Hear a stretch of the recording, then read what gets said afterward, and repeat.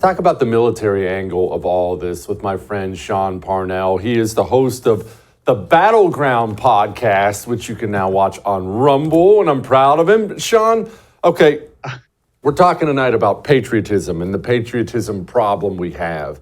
And here's something that really hits me hard, and I'm sure you've experienced this.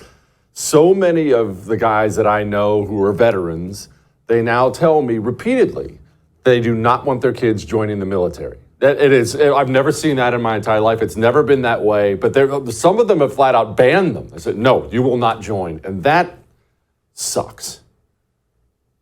Yeah, it does. In fact, Jesse, to your point, the Pentagon did a study about this, and they found, really what they were looking for is they were trying to dive into the demographic or the type of person that would join the military. And what they found almost universally is that the military is a legacy organization. You know, men and women in this country serve this country because their father or grandfather or grandmother served before them. And so this is the first time, one of the first times in American history where people like us who were a part of 20 years of war in Iraq and Afghanistan and other places, by the way, where we're saying, no, I'm not doing it anymore. And I just talked about this the other day, Jesse, where you look back after 9/11 happened, because I joined the military after September 11th. And after that happened, I grew up in the 80s and the 90s, by and large, a time of peace in this country. And I remember having a conversation with my buddies, in college, thinking like, our generation hasn't had a moment where we could rise up and serve something greater than themselves. 9/11 happened. And when it happened, man, I was like, the day after, I was like, send me to Afghanistan, put me on the front lines. I want to kill Osama bin Laden. And then a few months later, it's like Saddam had weapons of mass destruction in Iraq. And you know what? I was like, let's get into Iraq and let's take out Saddam too. I believed everything that the government told me. And looking back at 20 years later, right? And seeing how the government, reacted to COVID, and they lied about masks and vaccines and lockdowns and their effectiveness, and really seeing how we pulled out of Afghanistan and the disastrous surrender that happened there and the void that we created in Iraq. It's just one lie after the next in our government. I don't trust the government anymore. And I think most people who put their life on the line for this country or saw their friends die. Have you ever thought about this, Jesse? Actually, I don't have to ask that question. I know you have, but I've lost 30 friends in support of this war and these wars. And so now I've got 5 kids, 3 of which are teenage girls, and all of them are asking me about my service and was it worth it? And should they serve? Or what branch should they serve? And almost universally, obviously it's their choice and I'll support them any way that they want to go, Jesse, but I tell them no. It's not the right time. Man, that hit home there, because it was actually 2 or 3 nights ago.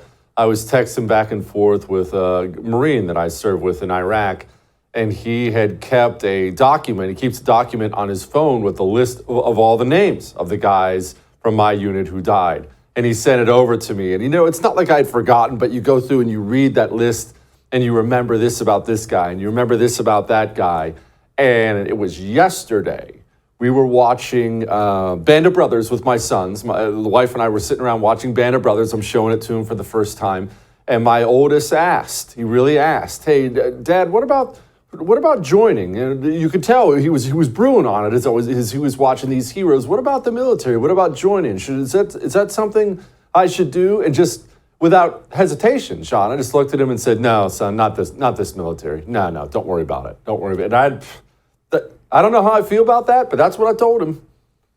I totally get it. And your story of Band of Brothers resonates with me. We have a family tradition where we watch Band of Brothers the day after Christmas, and it's our job to finish it before New Year's. I've done it every year since college. Now my kids are doing it because, they're old enough to watch. And it's really important history.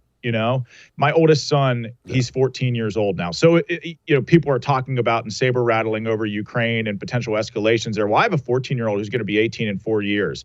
If people got their way, and I'm talking Democrats and Republicans, he could find themselves on the front line of the fight in Ukraine in a war against a conventional nation, the likes of which this country has not anticipated what a war with Russia or some of Russia's allies would look like. But that notwithstanding, he asked me, because he was watching some of the episodes of my podcast where I'll have some of my guys back on. And I was in the infantry. I think you were in the infantry as well, on the front lines of a lot of these fights. And he asked me straight up, Dad, like, I read in your bio and I saw you talking with one of your soldiers. Did you really kill 350 terrorists in Afghanistan? And I said, Ethan, I don't know that I couldn't fault him for asking the question, because he was watching me discuss this with my troops. But yeah, the answer is yeah. And I don't lose a wink of sleep over killing America's enemies, people that don't deserve, that do terrible things to innocent people. But I don't want him to have to go through that. In fact, I remember saying to myself, and man, Jesse, it was so naive back then, that I'm serving today so that my kids won't have to do the same thing someday.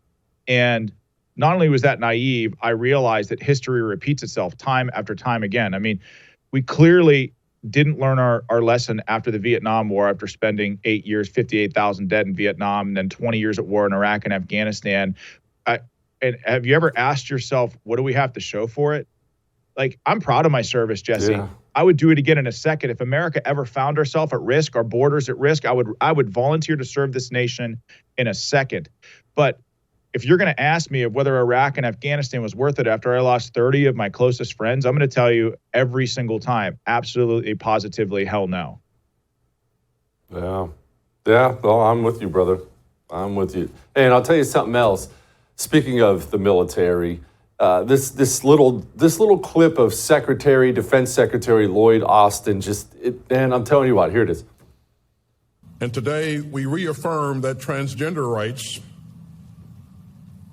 are human rights, and that America is safer and better when every qualified citizen can serve with pride and dignity. Sean, they complain about recruitment, but as much as the wasteful wars, as you brought up, this is hurting recruitment too. Young men, young type A men who want danger and adventure and service and make themselves better, they don't want to join this military. It's not just people like me talking my sons out of it. That high school wrestler in Iowa who wanted to be a Marine, he doesn't want to be a Rainbow Marine, and he's going to go do something else, man.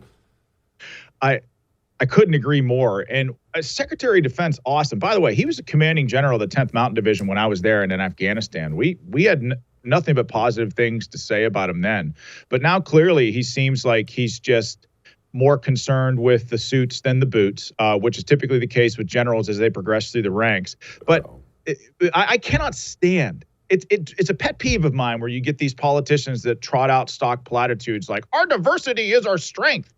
That's nonsense, because it's only part of the story. And I know that you understand this, but when we were in Afghanistan and you're boots on the ground, front towards enemy, you don't care about someone's skin color, race, creed, religion. You don't care. The only thing that matters is that you're American. There are no hyphenated Americans on the battlefield. We don't celebrate people's differences in the military. So when you say our diversity is our strength, it's not true. The strength, one of the greatest strengths of this country is and always has been our ability to unify beyond our many differences, which is why in school, which back in the day, they taught you to critically think and think for yourself and question everything. But back in the day, America was a melting pot, not because people came here and discarded their culture and everything that was unique about them, was because they retained those things, but put being an American first. And that's lost in society today because 25% of the radical left, who are all, by the way, are communists, they divide us between race, creed, religion, young, old, rich, poor, whatever, and they divide us so that they can keep us weak. And that's just the bottom line to it, and I hate to see it. You want to watch our special on George Washington? It's freaking awesome. Well, you can. All you have to do is become a First TV supporter. That gives you access to all of our specials on demand, and it's cake. All you have to go to is thefirsttv.com/support. Thefirsttv.com/support. Become a supporter. Enjoy learning about George Washington.